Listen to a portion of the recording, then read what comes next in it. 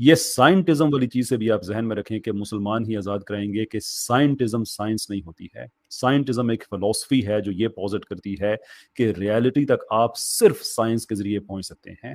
اس کے خلاف کرسچینٹی نے بھی کرمبل کیا, اس کے خلاف اور ایتھیزم اسمگل کیا جاتا ہے اس نظریے کے تحت, تو اس نے بڑے پیمانے پہ دنیا میں کامیابی حاصل کی. لیکن مسلمان وہ کمیونٹی ہے جو اس کے خلاف ایک ریزسٹنس ڈیولپ کر رہی ہے. میں ظاہر پاکستان میں زیادہ آپریٹ کرتا ہوں, پاکستان بھر کی یونیورسٹیز میں فقیر جا کے جگہ جگہ یہ فرق ایکسپلین کرتا ہوں, اور یہ چیز جڑ پکڑتی جا رہی ہے انٹرنیشنلی بھی, نیشنلی بھی. یو کے میں آئرا اور بہت ان کے بڑی بڑی آرگنائزیشنز امریکہ میں بھی کام کر رہی ہیں کہ جب یہ لوگ کہتے ہیں کہ ریلیجن ورسز سائنس, اور any particular religion for example Islam versus science, تو ہمارا کسی بھی ریلیجن کا سائنس سے پرابلم نہیں ہوتا, ہمارا سائنٹزم سے پرابلم ہے. تو جیسے ہم ویسٹ کو آزاد کرا رہے ہیں یہ LGBTQ یہ وہ وغیرہ وغیرہ ان چیزوں سے, ایسے ہی سائنس کو ہم آزاد کرائیں گے الحاد سے. جس دن لوگوں کو سائنٹزم اور سائنس کا فرق پتہ چل گیا, یہ کوشچن انویلڈ ہو جائے گا جو آپ نے پوچھا ہے. گڈ, زبردست. ٹھیک ہے جناب نیتی رائے صاحب. یس سر, ایک لاسٹ کوسچن میں پوچھنا چاہوں گا. جی. اللہ نے اس دنیا میں مطلب اپنا ریلیجن یا میسج بھیجا, اس کو ریجیکٹ کرنا میں مانتا ہوں کہ غلط بات ہے کہ انہوں نے بھیجا تو ہم ریجیکٹ سچ بات ہم مان کے بھی کیوں کر رہے ہیں, لیکن کیا وہ اتنا بڑا جرم ہے کہ ایٹرنیٹی تک ہیل فائر میں جلایا جائے کسی ویکتی کو, اس کو ریجیکٹ کرنے کے یہ سوال بہت کامنلی ہم سے کیا جاتا ہے. جی, یہ سوال ہم سے بہت کامنلی کیا جاتا ہے اور اس کا جواب بھی ہم نے بارہا دیا ہے. میں ایک سوال آپ سے یہ کرنا چاہوں گا کہ مثلاً ایک آدمی جو خدا کے اس میسج کا انکار کرتے ہوئے زندہ رہا اور اسی حالت میں مر گیا, آپ اس کو اگر تھوڑی دیر کے لیے تصور کر لیں for the sake of argument کہ وہ مرتا نہ, اس دن نہ مرتا, 4 دن اور زندہ رہتا, تو اور پوری زندگی وہ میسج کا انکار کرتا رہا, تو ظاہر ہے یہی کہا جائے گا کہ اگلے 4 دن بھی وہ انکار کرتا, چونکہ اس کی جو زندگی کی جو صورتحال ہے وہ ایسی ہے. اگر وہ 400 سال بھی زندہ رہتا تو پھر اسی طرح, اور اگر وہ پوری زندگی ہمیشہ ہمیشہ زندہ رہتا تو وہ کفر ہی کرتا رہتا, وہ خدا کا انکار ہی کرتا رہتا. تو اس کی نیت ہی یہ تھی کہ وہ ہمیشہ ہمیشہ خدا کا انکار کرے گا, اس لیے ہمیشہ ہمیشہ اس کو سزا دی جائے گی اور ہمیشہ ہمیشہ کا اس کو عذاب ہوگا. اور یہ یاد رکھیے کہ بہت سی مرتبہ لوگ یہ سوال کرتے ہیں کہ کیا خدا کے اس پیغام کا انکار کرنا اتنا بڑا جرم ہے؟ انکاری تو کیا ہے. دیکھیں, یہ یاد رکھیے کہ یہ سب سے بڑا جرم ہے. یہ کسی شخص کو قتل کرنے, کسی ملک کے خلاف بغاوت کرنے سے بھی بڑھ کر جرم ہے. اور اس کی وجہ یہ ہے کہ جب آپ خدا کا انکار کرتے ہیں تو دراصل آپ اپنے مالک, اپنے خالق, اپنے بنانے والے, اپنے رزق دینے والے اور اپنی زندگی کے سب سے بڑے محسن جس نے سب سے زیادہ آپ کے اوپر احسان کیا, آپ دراصل اس کے خلاف بغاوت کر رہے ہیں. میں اس کو ایک مثال سے سمجھاتا ہوں. اس وقت دنیا میں ملک کے خلاف بغاوت کرنا بہت بڑا جرم سمجھا جاتا ہے. کیوں؟ اس لیے کہ بھائی جس ملک کے اندر آپ پیدا ہوئے, اس ملک میں اس کے وسائل کو آپ نے استعمال کیا, اس کے ریسورسز کو آپ نے استعمال کیا, اس نے آپ کو بہت سی خوشیاں دیں وغیرہ وغیرہ وغیرہ. آپ اس کے خلاف بغاوت کیسے کر سکتے ہیں؟ اس ملک کا آپ کے اوپر احسان ہے, یہ تصور کیا جاتا ہے. ٹھیک ہے, تو اگر اس احسان کی وجہ سے اس ملک کے خلاف بغاوت کرنا جرم ہے, تو پھر وہ ذات کہ جس نے آپ کو وجود بخشا, ملک نے آپ کو وجود نہیں بخشا, وہ ذات کہ جس نے آپ کو ایگزسٹنس دی یعنی وجود بخشا, وہ ذات کے جو آپ کو کھلاتی اور پلاتی ہے. ملک آپ کو کھلاتا پلاتا نہیں, وہ صرف ریسورسز اویلیبل کر دیتا ہے, کھانا کمانا آپ کا اپنا کام ہے. وہ ذات جو آپ کو کھلائے پلائے اور آپ کو کمفرٹ دے, آپ کو وجود بخشے اور دنیا میں یعنی آپ کا ایک احساس اسی کی وجہ سے ہو, تو کیا اس کے خلاف بغاوت ایک معمولی جرم ہے؟ یہ سب سے بڑا جرم ہے. میں ایک سوال ان سے پوچھنا چاہتا ہوں حضرت. جی آپ نے تو بڑا زبردست ایکسپلین کر دیا جس میں تو کوئی اضافے کی ضرورت ہی نہیں. نتیا رائے بھائی آپ مائک انمیوٹ کیجیے گا, میں آپ سے ایک سمپل سوال پوچھنا چاہتا ہوں, ذرا بتائیے گا. نتیا بھائی آپ نے کہا کہ ٹھیک ہے اللہ نے دین بھیجا, اور مجھے بڑا اچھا لگا آپ نے اس کو ایڈمٹ کیا, جو کہ ایک اچھے سچے انسان کی نشانی ہے, کہ آپ نے کہا کہ اگر اللہ کی طرف سے دین آیا ہے یا ہمارے بنانے والے کی طرف سے تو اس کو نہ ماننا یہ غلطی ہے, اور آپ نے مانا کہ یہ گلٹ ہے, گلٹی ہونا ہے. میں آپ سے سوال کرتا ہوں نتیا رائے بھائی, اگر آپ اس دین کو مان کر صحیح طریقے سے زندگی گزار کر آگے جاتے ہیں تو آپ کو کیا ملے گا؟ نتیا بھائی. یس سر. اگر آپ اس کے دیے ہوئے دین کو مان کر ساری زندگی گزارتے ہیں, آگے جاتے ہیں, تو کیا ملے گا؟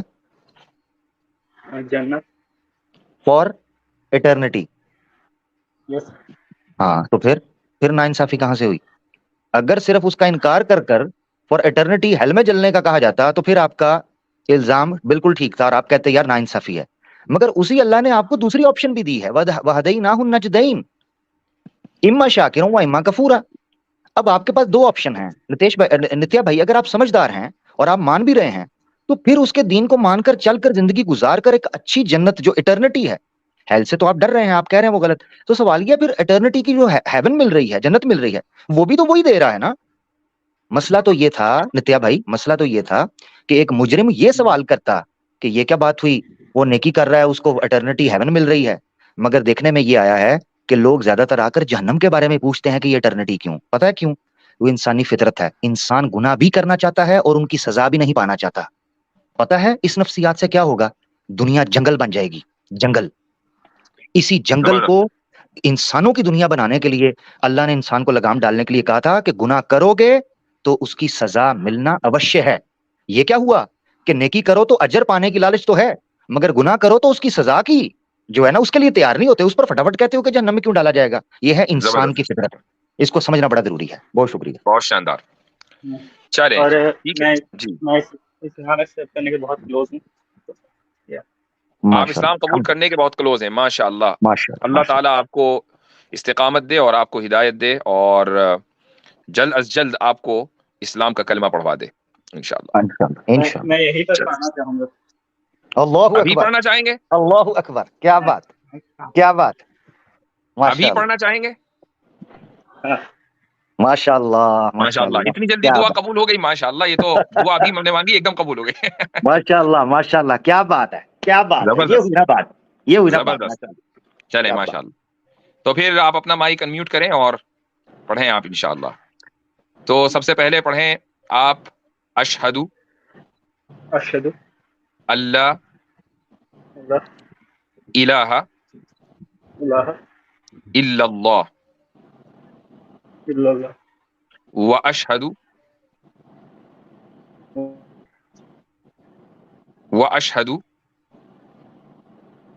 واشہدو ان ان محمدن محمدن عبدہ عبدہ ورسولہ۔ ورسولہ۔ میں گواہی دیتا ہوں میں گواہی دیتا ہوں کہ اللہ کے سوا کہ اللہ کے سوا کوئی معبود نہیں، کوئی معبود نہیں، اور میں گواہی دیتا ہوں اور میں گواہی دیتا ہوں کہ محمد